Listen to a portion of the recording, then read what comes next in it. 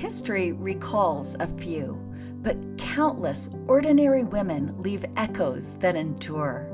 This is one of their stories.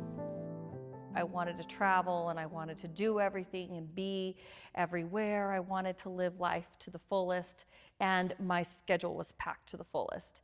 And while I was going from one activity to the next, I constantly had either music playing or the TV going. And so my life was full of stimulation, of amplification. I was looking for what's bigger, what's better, and more. So this whole, I think the idea was abundance behind it, but everything was external. It was outside of me.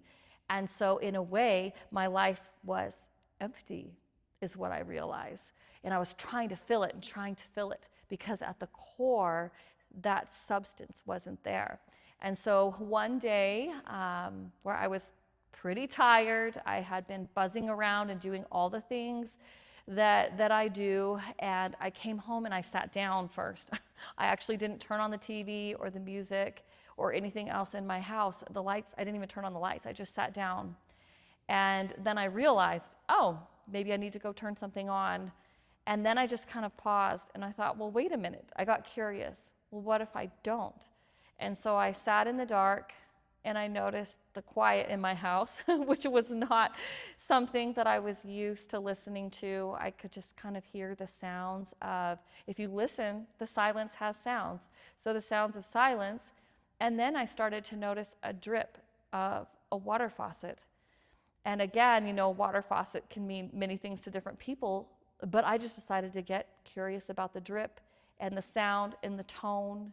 I love music, I love vibration, and I just listened to the sound of the water, and I found how much enjoyment and ease I was feeling in my body over absolutely nothing, over an everyday sound that I have probably heard many times in my life, overlooked, at home or in other places, and started to sense the depth behind simplicity, behind doing nothing. And I think it was one of the first times that I really started to move in and see what was inside rather than outside that could fill my life. It was such an ordinary moment, yet it awakened something extraordinary. She began noticing all the life she'd been moving too quickly to see, the sounds around her, the quiet between moments, the beauty hidden inside ordinary days. And as Nicole's attention shifted outward, it also turned inward. She began noticing something she'd lived with for years without questioning it, the voice in her own mind, its criticism, its impossible expectations, its complete absence of mercy. Then another realization quietly followed.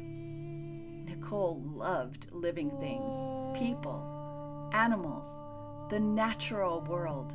She treated life with tenderness wherever she found it, except in one place, within herself.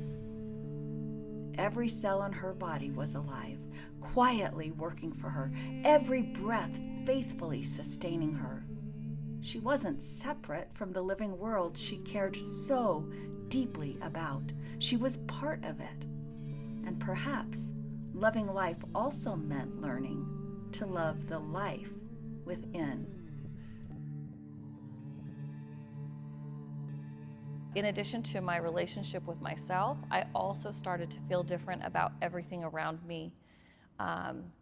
The plants, that I have in my house, the way that I think about my life, the way that I interact with my breath, the way I feel towards my home, the way I feel towards my sound instruments, that support me, and everything in my life that helps my life feel full and colorful and lively. And so really, I don't feel like I have to chase life anymore. I feel like life is happening all the time, and that the beauty is with us and around us, even in the most simple moments, in the nothing.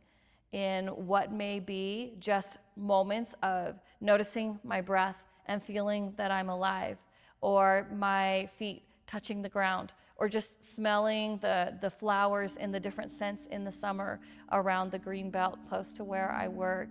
And it feels incredible. What I came to know and understand was that I was doing this all along when I was on an international retreat. Everything was new. It was exciting. I was curious about it. I wanted to experience everything in the depth because I knew that my time was limited there. And so I just wanted to take advantage of everything. But we can do this in our own lives. And every day, if I look at a brand new day, a brand new sunrise with excitement, I feel the warmth, I smell the air, I expand my mind into possibility, I feel my breath, I sense my feet on the ground, walking every step, the variations in the earth. All of this is just such a reservoir of abundance and beauty that we have, and we don't have to wait. We can have it now.